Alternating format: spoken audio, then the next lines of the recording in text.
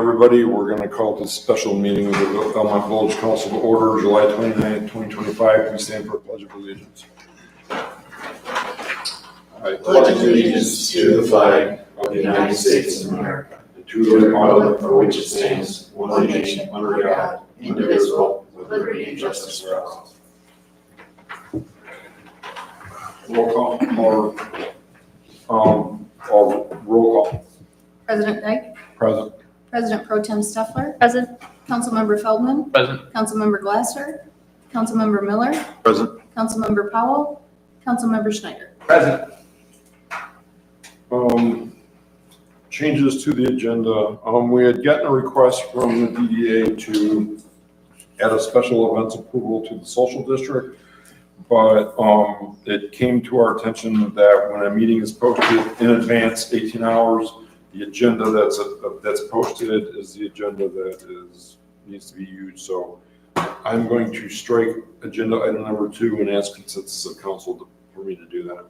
Do we have consensus of council? Yes. Okay.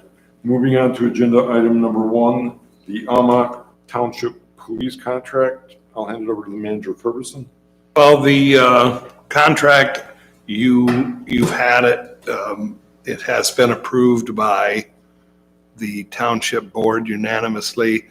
The village attorney has written 2 letters that you've seen. One is not to be discussed the topic publicly. The other is the review that went to the township's attorney, and it just highlighted the recent changes from our last run at this contract. So I want to remind you that we did have a attorney-client privilege letter in there that we would like to keep that way. And there has been one request, which I will leave for discussion. There's been a request from the township to pay in arrears versus in advance. The contract currently says in advance. So I'll turn it over for, I have to say this contract could not have been completed without the negotiating committee and particularly Councilman Snyder, who got involved to handle some of the detailing out explanation to both groups, our negotiating group and the township group and their attorney. So I want to thank him especially. That said, I also want to thank the negotiating team and Manager Curvison and the township negotiating team and board for their approval of the contract. From our side, many days and hours are spent in negotiating, talking to each other, clarifying. Stephen put in yeoman's work in the second half of this, so I thank him also. Pete, your contributions, we would have never got this done. So as a team, I thank everybody. The change that Dale was mentioning is on Article 3 under costs, where the second paragraph reads, the township agrees to reimburse the village for the above contract on a monthly basis.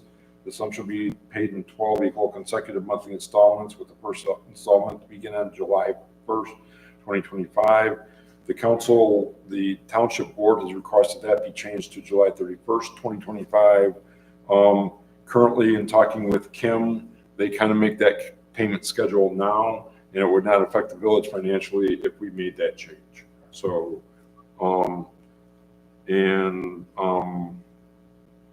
with that said, are there any questions or comments from any other council members? Yeah, and so to comment on that, I just want to clarify. I mean, it technically was an oversight during all of the people that discussed and had their eyes on it, both municipal attorneys, everybody. It's saying July 1, 2025. One of the requested modifications during this process was to add a 30-day timeline. It previously said if they were delinquent, we could suspend services or cease services, not suspend, cease services, which is different. And it wasn't clarified in there what the time frame was. They asked for a 30-day grace period before we would do that. That's applicable. And then that's why this was brought up by Trustee Dodge at their meeting going, well, wait a minute, if we don't usually pay it until in August and it was due on July 1, we will every single time violate the 30-day grace period we asked for because they are not going to have it submitted to them until their following meeting. And that has been the custom and practice that they're always paying retroactively for what we are calling a service contract. So it seems perfectly acceptable to me that we would modify that to July 31. Then they will stay within their 30-day time frame. That was the intended purpose, was that to allow them to stay within that 30-day time frame. Right now, they would likely violate it every single one of the 12-month payments. So if we left it as is, so I think it's agreeable and reasonable to change it to July 31st, so we continue receiving the payments as we always have from them for payment on this contract. Just a question, if we modify the language, does this need to go back to them to then So reapprove, or we're not having to modify the language? they asked and specifically discussed it, wanting it at their board, but they were afraid to say we'll only approve it contingent upon that in case we rejected it, not wanting to create another round. So my suggestion was just going to be that instead of even redoing it, retyping it, literally just crossing out the first, putting the 31st, and allow the supervisor and the village manager to initial that change and sign it. As long as we approve it, we know that they want to. As long as that's agreeable and follows process, that's fine with I me. mean, in truth, it's favorable to them. It's whether or not it's agreeable to us. It's favorable to them. So I mean, they asked for it. They just wouldn't make it part of their motion out of fear that we would reject it and we'd do this all again.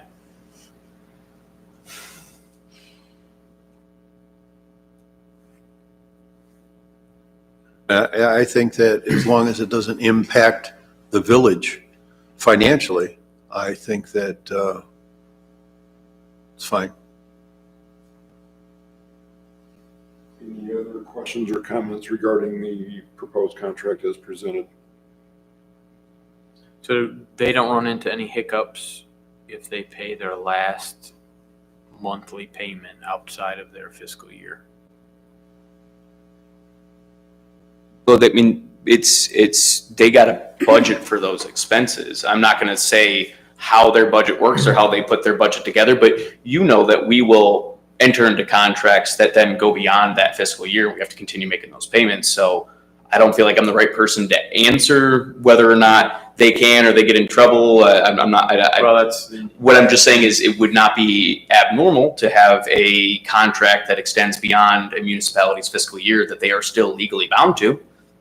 So, I mean, There's the services are rendered, so Right. they would need to pay, and I wouldn't foresee them not paying. and they have a legal and contractual obligation to pay if we enter into this agreement. So I don't care what fiscal year it is, whether it's all the same one, bleeds into 3, you have a legal contractual obligation to pay it. Services are rendered, you agree to make the payment on it. It is what it is. And, you know, whenever any party fails to pay for their portion of a legally binding service contract, there's legal remedies to enforce them if one party fails to or breaches the contract, so to speak.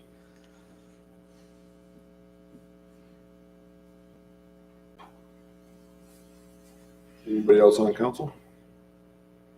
I'll entertain a motion.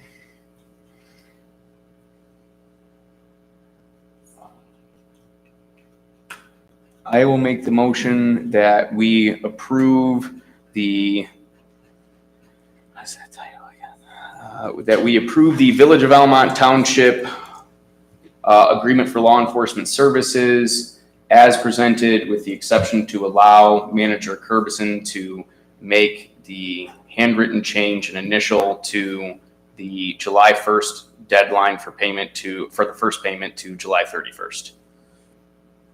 Support. Motion by Councilmember Schneider, supported by President Pro Tem Steffler to approve the presented police enforcement contract with Almont Township. All those in favor say aye. Aye. All those opposed, same sign. The motion passes unanimously by all council members in attendance. We have no public comment tonight.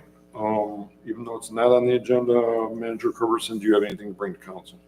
I do not. Ms. Keezer? Councilmember Feldman? Good. Councilmember Schneider? I do not, thank you. President Pro Tem Stoeffler? Just thanks to all of you involved for your diligent work on this and a good outcome. Councilmember Miller? Same thing as Council Member Pro Tem Stoeffler. It's 7:40 PM. We're adjourned. Thank you. Dale, Gary has not yet signed it, right?